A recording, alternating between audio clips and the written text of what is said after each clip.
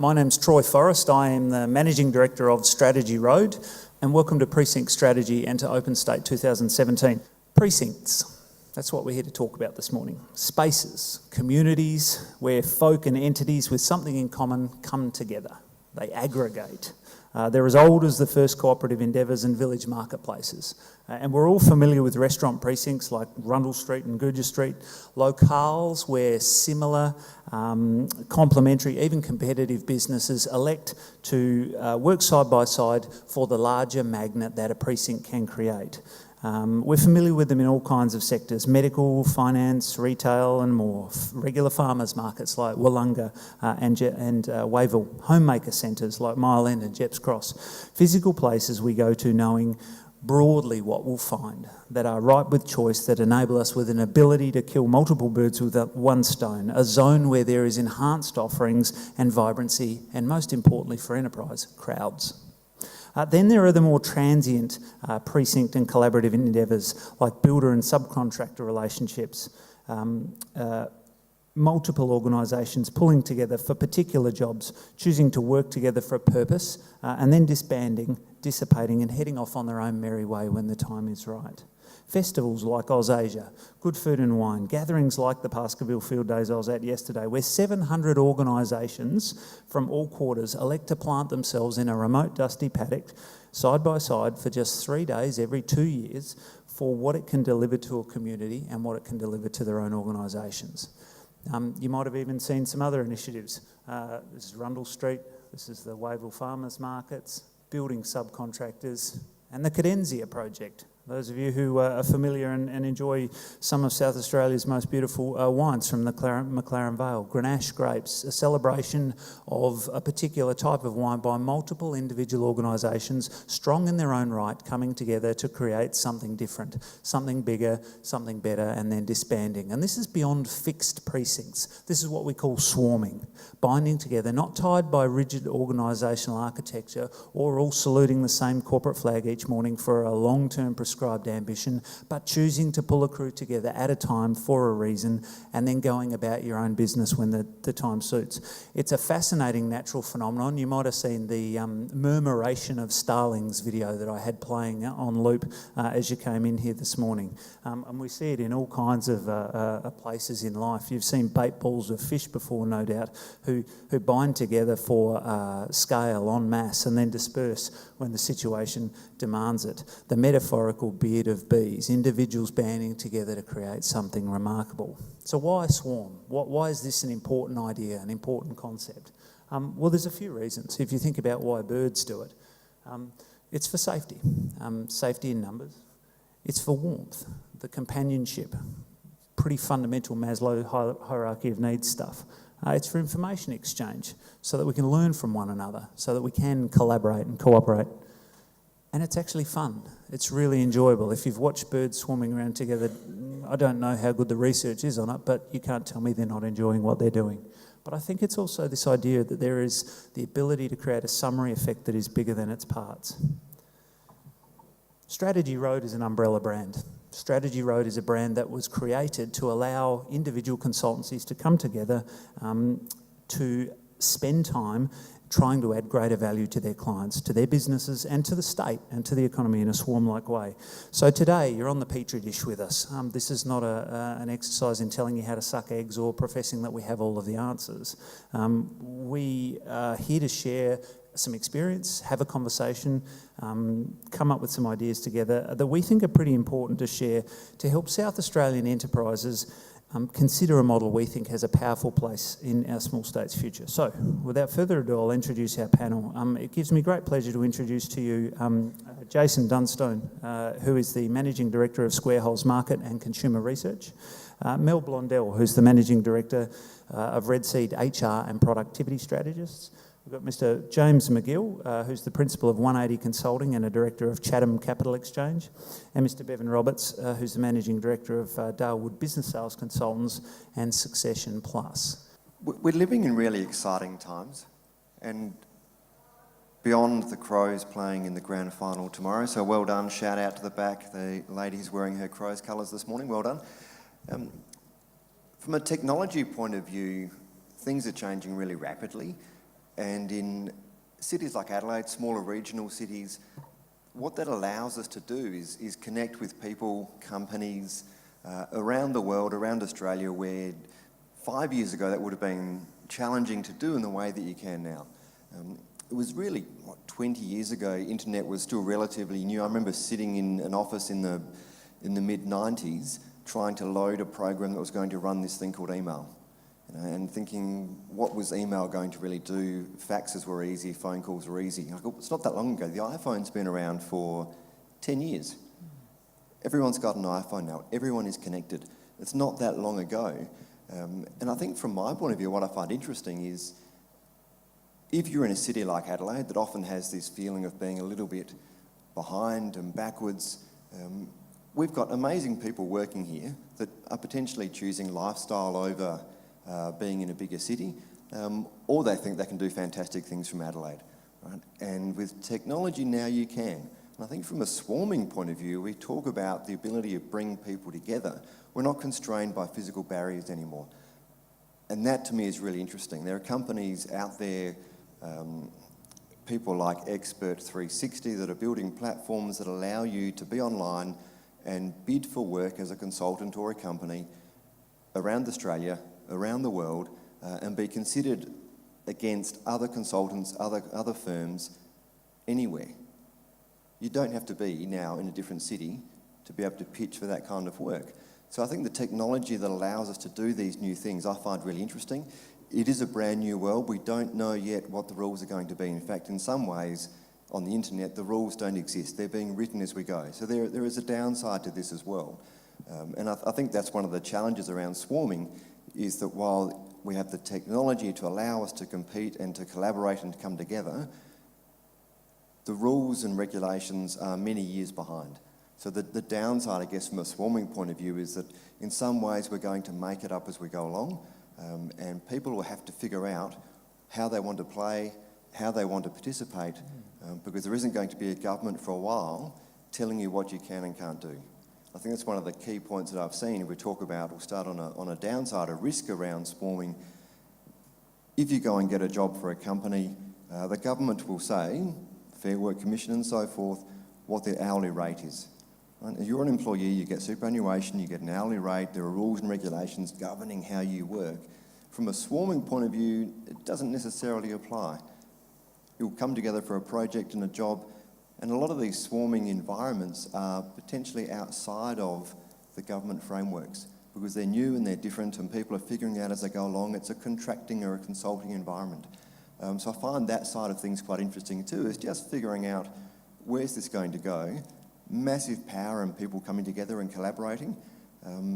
But like every new venture, there's some risks and things to be aware of as well. So I just find it a really interesting space and time. When you come out of a large organisation and you make that decision to, start your own enterprise and start working for yourself, one of the things that you can really miss is that framework around you of peers and that ability that you have to work with others for problem solving and diverse perspectives and share your wins with and run your challenges through with. And I think that what swarming has given me and my business is that informal framework to bounce off other people and to build ideas and to generate products and services for my customers that are interesting and innovative and a little bit different. And it's really hard to have diverse perspectives in your thinking when you're just yourself. So it's really important. But it's positive for my clients as well because they have access to a wide range of expertise that I can call on very quickly, and I can get people involved and we can work on big complex projects very quickly and nimbly just by having that swarm around me. Yeah. So if there are great upsides to, I guess, aggregating together with others who have complementary skills to your own and you enjoy that agility and flexibility, what are some of the traps for young players that you've observed and seen with, not working under a rigid org chart? Sure. Look, I think the really important thing for me in that is the values piece. It's really, really important to work with people that share your values. that are going to treat your customer the same way, that are going to deliver in the same way, that are heading in the same direction. If you're working with people that don't match in terms of values, there's a real feeling of disconnect. Your customers will feel it, it will feel uncomfortable to you. So really understanding the people that you're working with is important. And I think having honest conversations and open conversations early on as well, so there's nobody that later on has some unmet expectations around cost, pricing, client ownership. We've been around sort of 13 years at the end of this year, and we started off with probably quite a formal sort of structure of we had some investors involved and all the contracts and everything that involved there. So that kind of, I guess, created a kind of in many ways, sort of quite exciting kind of structure, but also kind of a pressure on a business to kind of perform in a certain way. It started off probably being me, the main sort of person, but we always sort of had casual team. I think we had probably a casual team, which I guess in a lot of ways, the casual staff that we could employ as we needed on projects of anywhere from 5 to 10. And for me, it's really just that ability to ride the waves in a smaller market. So whether it's an Adelaide in a small city compared to a Melbourne, Sydney, or whether it's a small country town, I've been able to just that assumption that the workload's not going to be flat throughout the year or going to be in sort of predictable patterns, or it could be. In our business, we can have sort of a couple months that make up a big proportion of our annual revenue. So that ability to be able to, I guess, swarm in casuals and contractors and adjust our business is quite critical. And I think that's going to keep on moving. I sort of look now at where the world is, and particularly for small cities and towns compared to what it was 12, 13 years ago. The web has just changed that dynamic. So perhaps back 10, 12 years ago, you're thinking about within this city, how do we kind of swarm to make it work within this city? And then it kind of started moving to be national. I think now you can quite easily, if we were probably forming our business now, maybe thinking a little bit differently, we'd probably go, well, how do we swarm so we can do stuff, more work overseas? And I think that seems to be the big one. I kind of look at business, you had pictures of some of the market stalls. I look at how many entrepreneurs are out there that are probably 1-2 people shows or even family businesses across Australia in regional towns that are probably struggling, building great food products. So how do we, that next frontier of swarming to be able to find those marketplaces and build, and without the big overheads of having to have a big building and having to have that structure there, I think is quite important. Just, being able to, and just changing that model. I know in the work we do, maybe when we first started, there was more an expectation you would have a team and you would have a structure. Nowadays, I think it's probably less so. The key to the opportunity that in front of all of us is that 2008 changed everything. 2008 looked initially, for those who had observed the trend, the post-war trend of recovery after every event that occurred, recovery occurred 18 months later. 2008 presented people with a feeling that this will be a short-lived change and we will return to trend. It's our experience now that we haven't returned to trend at all, and so I would contest that 2008 has changed everything. It's also changed the way in which we must seize opportunity. And so with that trend broken into more of a flat line, I would think that we're in the gestation period for the next exciting time where people will collectively find that their individual talents can be pooled and that good times, consistently good times, can be built from a new base. There is no doubt now in my mind that not only in terms of floor space, in terms of technology replacing large and heavy equipment, the move to speed to market, the demands of the market, all of those things have seen fundamental change. And out of that change comes this incredible opportunity.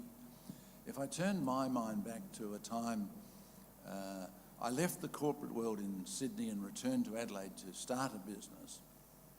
And I'd enjoyed all of the benefits of corporate divisions working for the aspiration of the company.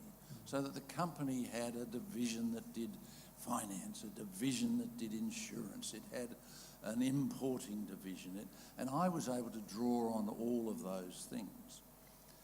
As a sole operator, I had none of those departments, but I knew what those departments could give me.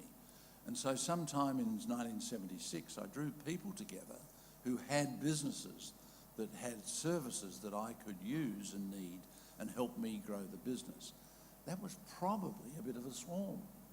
It was the ability to get the best collective thinking for the job to be done from someone that, Mel, trust is the word that is so important, people who are aligned to your thoughts. And if swarms can be aligned, it seems to me that that is a great opportunity that comes from a major change that has occurred from 2008.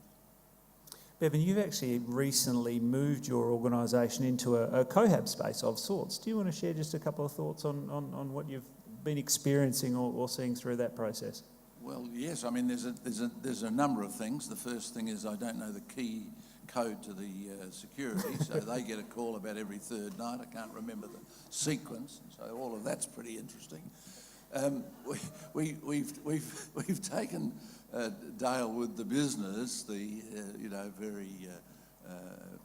business that's very much tied with business analysis and business sales as and when we can. And we've placed that business alongside an accounting business, Altitude Advisory, alongside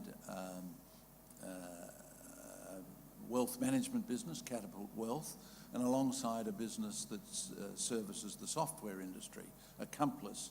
And we're finding immediately, not only do our team of 5 find that they are exposed, interested in, and have interest in them, from a young group of 35 people who work in an entirely different way from the way in which we were working.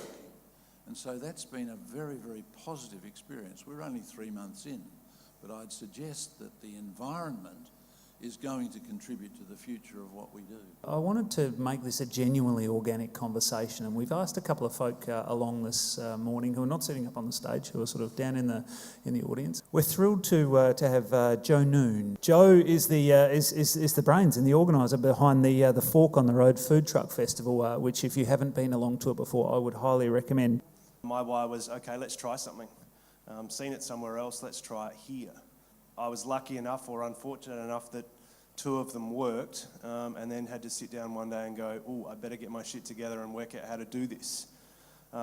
That's nearly 5 years ago now and nearly 50 events. So I was very conscious of, I guess, swarm mentality when I started it, from a very practical level around just critical mass. And there's, one of your speakers earlier talked about the non-physical side of things because of the internet. In my case, it is actually a physical thing, side by side, taking up a space and creating a presence. And 4 hours later, you start the engine and you're out of there and nobody, it's literally, here today, gone tomorrow. And then there's actually, for me, one of the other key things about the swarm mentality is actually the audience's participation in that as a swarm in itself. They come along. And this is where my business model falls down. This is a, non-ticketed free community event in essence. And that's probably my favourite part of it, is to, take 5 minutes out each time and lie on the grass and just see the people having a good time together who are literally swarming. And feasting at the same time. So they're my experiences with it. I guess the challenge I would put to everybody out there is, if you start a swarm to start something and to grow and to plant a seed, and I'm trying to think of a range of different analogies to move away from fish and birds, as those trees grow, they find their own thing that they want to do. And they might become independent on their own. And so your swarm becomes, in my case, harder and harder. I've created something, and, at each event, most of these vendors will, get bookings for, winery events, catering, weddings, to do on their own.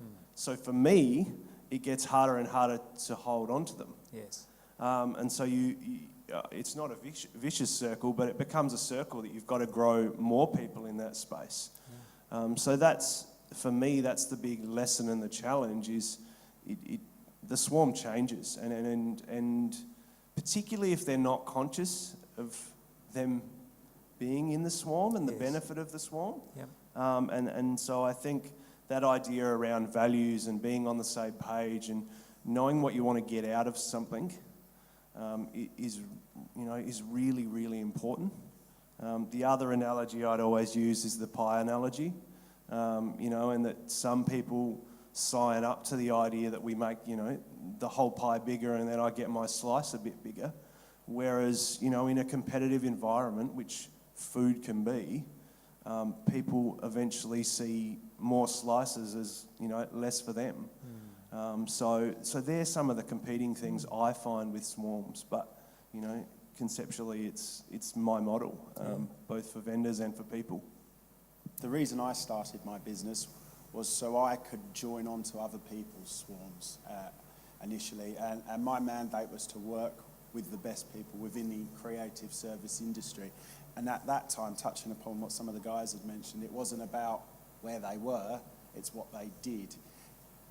And I went through a process where I learned through my business and what I wanted to represent and how I wanted to deliver value, that didn't work for me as I matured as a business. So I started to become more selective with the swarms that I joined onto, as well as the swarms that I've started. So now I feel like within my business itself now, I'm starting to produce my own swarm. It enables me to deliver value to organisations because the way I work now, so the way I work is I work with a business, work out what they need, and then put together a group, or I kind of call them an elite collective, who can tackle the problem. And then we come together when we're needed.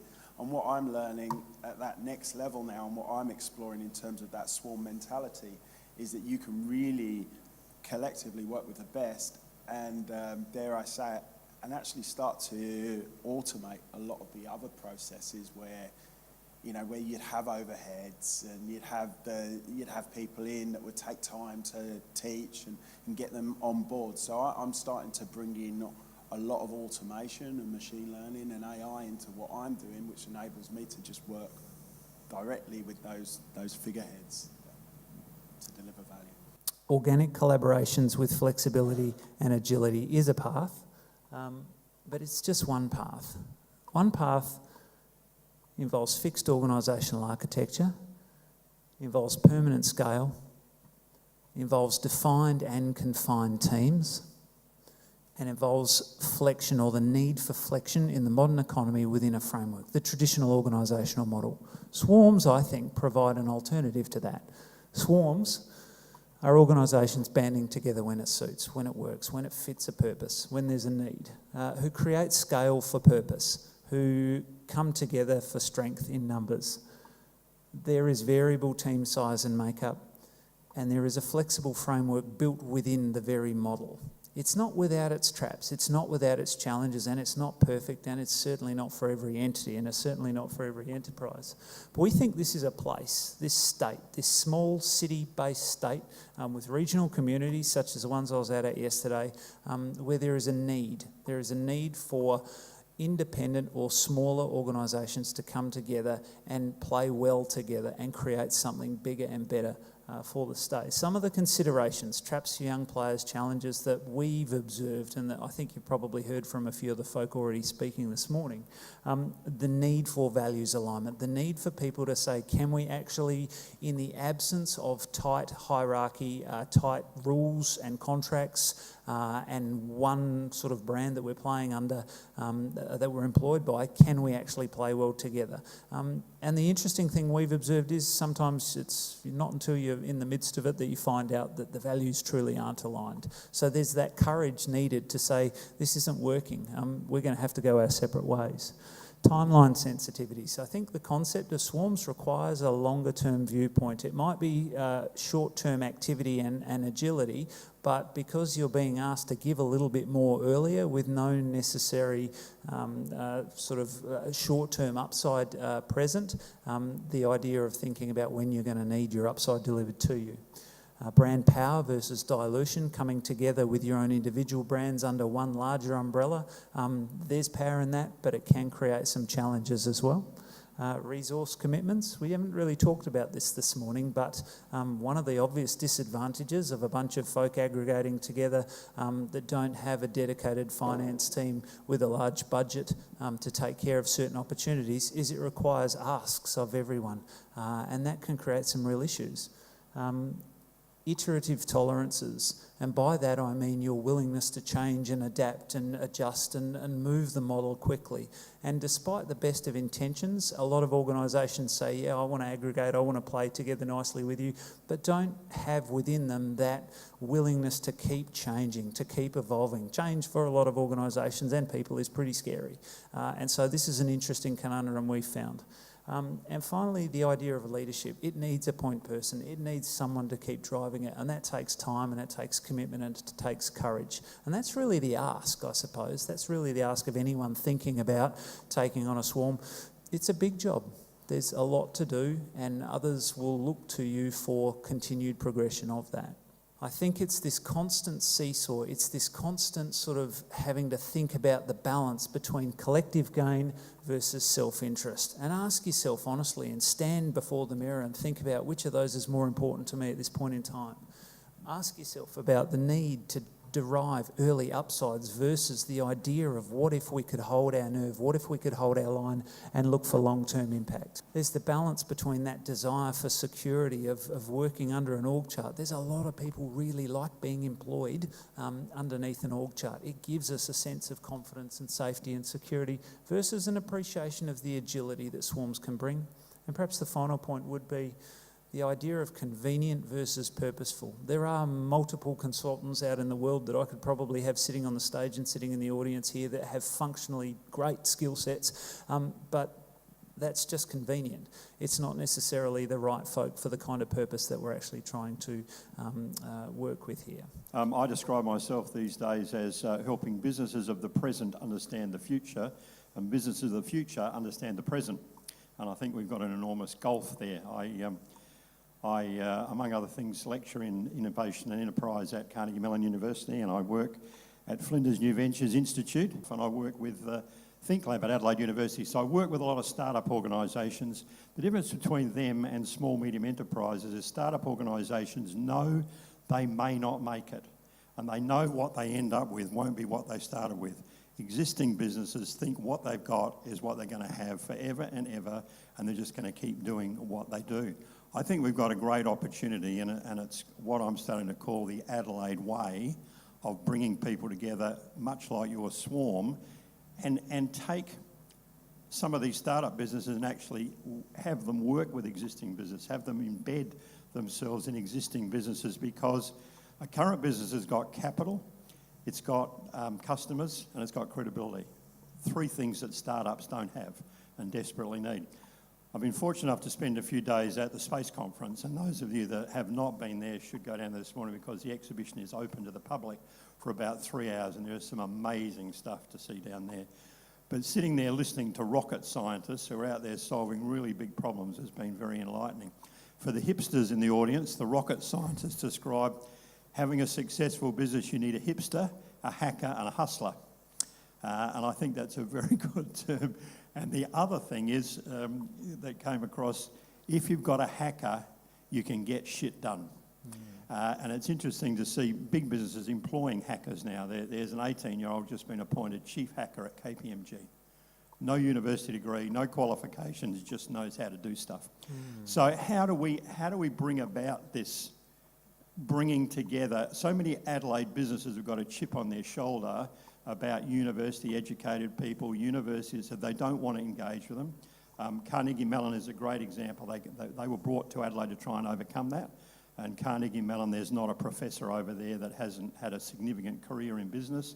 And all of those students, when they graduate, are told to go out and start a business. They're not told to go out and find themselves a job. And I think that's what we're having to overcome. The education system is a great promoter of innovation, disruption, whatever, but very poor practitioners. You know, we've got kids that start school at 5 who have got all the creativity in the world. That's why they know how to make technology work, and then we spend the next 5, 10, 15, 20 years taking that creativity out of them. I think that's the challenge for South Australia and South Australian businesses, to say what we're doing isn't going to last forever. Yes, we should work with other people, but we've really got to be open to some really major big ideas, or we simply won't make it. How do we get the people who don't come to these events, who don't work with companies like yours, a bit excited about doing something?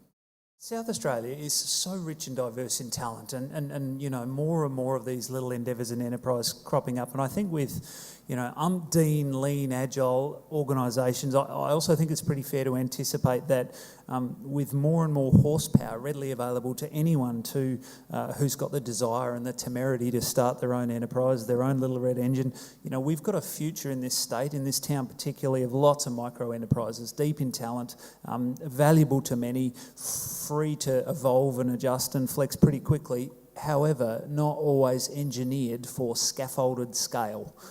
And I think that's our challenge. They need a mechanism to bind, and I think in many ways this idea of swarming, that's the term we're using, is one path. There are moments and upsides to pulling together, but they do come with some challenges. Now these, as I said, are just ideas and thoughts from our petri dish. If you're not already, I guess, involved in collaborating or pulling a few others together in your ecosystem, and you're thinking that your supply chain, your marketplace might evolve and might need to evolve, or that there's an opportunity to add greater value to your client group, we want to challenge you to sit down with your crew. Think about it. Who could you actively pull in? Who could you start a conversation with? And that's, I guess, how most of these kind of enterprises began. Started with conversations over a cup of coffee.